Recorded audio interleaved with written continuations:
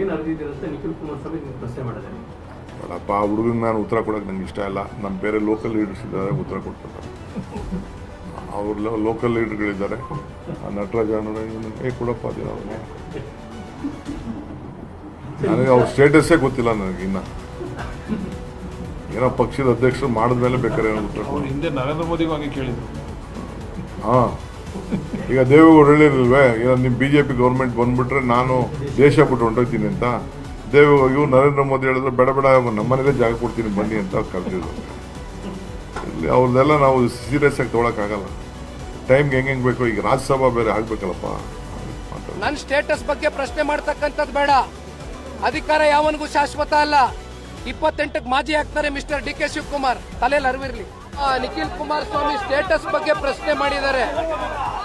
ಸಾಹೇಬರು ನನ್ನ ಸ್ಟೇಟಸ್ ಬಗ್ಗೆ ಪ್ರಶ್ನೆ ಮಾಡಿದ್ದಾರೆ.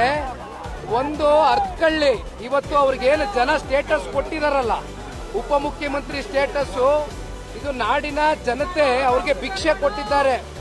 ಅದನ್ನ ಕಣ್ಗೊತ್ಕೊಂಡು ಅಧಿಕಾರ ಇದ್ದಾಗ ದುರಂಕಾರ ಪಡೆದಿರಾ, ದುಡ್ಡಿನ ಮದ ತಲೆಗೇರಿ ಜಾಸ್ತಿ ಮಾತಾಡಿದಿರಾ, ತಲೆ ತಗ್ಸಿ ಜನಗಳಿಗೆ ಗೌರವಿತವಾಗಿ ದುಡಿತಕ್ಕಂತ ಕೆಲಸ ಮಾಡ್ಲಿ. ನಿಖಿಲ್ ಕುಮಾರಸ್ವಾಮಿ ಸ್ಟೇಟಸ್ ಏನು ಅಂತಕ್ಕಂಥದ್ದು ಈ ನಾಡಿನ ಜನತೆ ಮುಂದಿನ ದಿನಗಳಲ್ಲಿ ತೋರಿಸ್ಕೊಡ್ತಾರೆ. ತಲೆ ಕೆಡಿಸ್ಕೊಳ್ಳೋದು ಬೇಡ ಮಿಸ್ಟರ್ ಶಿವಕುಮಾರ್ ಅವರು.